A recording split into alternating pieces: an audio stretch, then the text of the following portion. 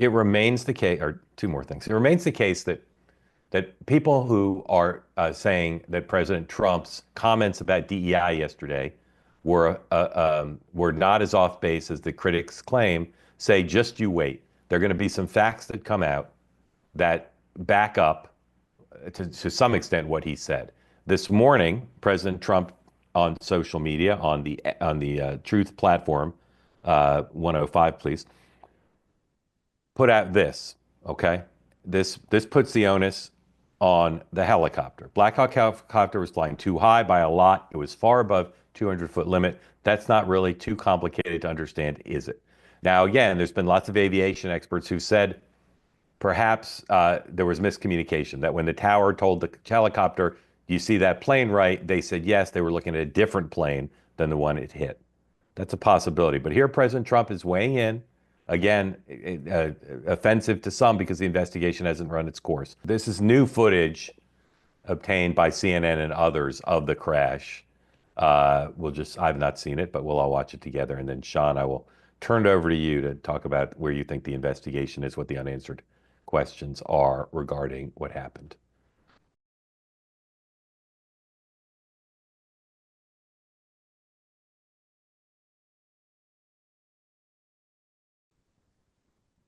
Uh,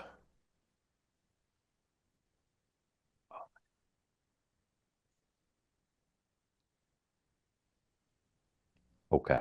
Sean, where do you think we are in the investigation and in responsibility and the president's performance yesterday, which has offended a lot of people?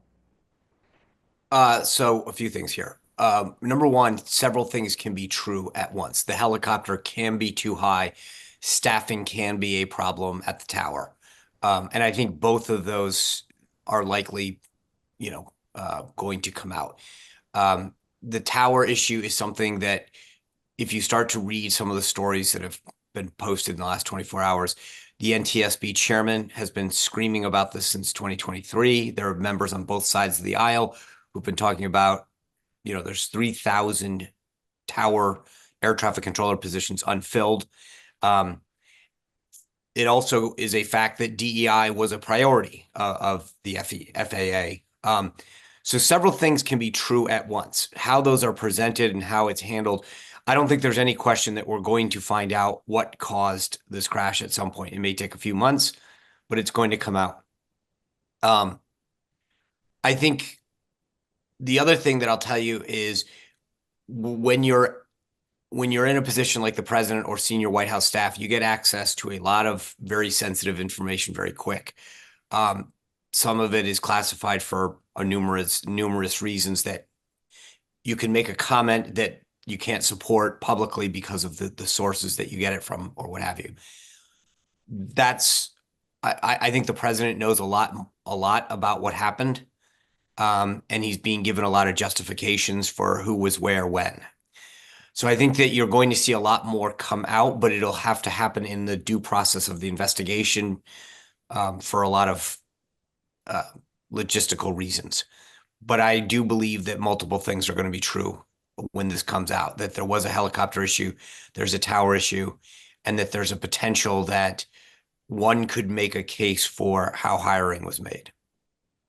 Sean, regardless of what the president knows, is there a moral justification or is it politically sensible for him to be attacking Biden, Obama, Buttigieg, speculating about DEI? Is that the right thing for him to do politically and morally at a time like that?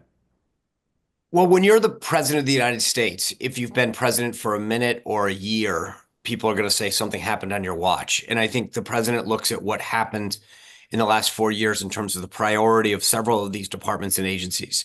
I've made this similar case. You go to the Department of Agriculture website prior to the new year, and their number one priority listed on their website, the number one was diversity, equity, and inclusion, not food safety, not farmers, and I think that there is a case to be made that, hey, I just came in here a week ago, and for the last 4 years, these guys didn't have their eye on the ball. And he wants to make sure that people understand that because he doesn't want to be the guy that gets blamed for the issues. But is yesterday's event at which he asked for a moment of silence and bodies are still being recovered, is that the time to make that argument? Can he wait a day? So yeah, I mean, look, if it were me, I would probably wait a lot longer than that. I think it's a very sensitive time for a lot of people who are dealing and grappling with the fallout of this issue. That being said, it's Donald Trump. I mean, he has his own way, his own style, and if you so he is who he is. He's gotten where he is because of his style and his bluntness.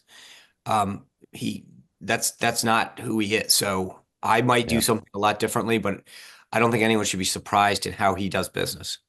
Dan, some of my liberal friends have written essays on social media about expressing their outrage about what he did yesterday. Not the kind of sentiment we've seen for 10 years from people who don't like him, but pretty emotional and intense. So start with that point, and then again, love to hear what you think about the investigation. Yeah, I think both of you said it. I mean, it's Trump being Trump.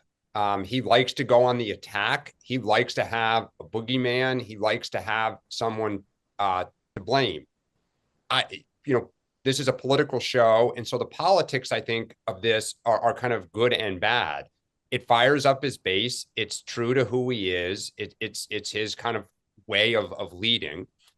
For Democrats, I think it reminds people like this is the side of Trump that that middle 10% doesn't like. We heard it all year during the campaign, like his policies, don't like his character and conduct when he behaves this way. And I think it was kind of a friendly reminder to Democrats that like he's going to step in it. He's going to lead in his unique way, and people don't love it when he does this, right? It's going to provide fodder for cable news. It's going to provide fodder for TV ads in the fall. So I think it's Trump being Trump. I obviously it's not my leadership style. I think it's not how most people would. The fact that Sean and your guests last night kind of are like, well, I wish he wouldn't do this. Like reminds you of kind of the 4 years in his first term of like, God, I wish he wouldn't speak like that. So, and I think just on the substance of it, right, that maybe it will come out that there were people who wanted air traffic controller jobs that were blocked because of DEI. So far, that has not been the case.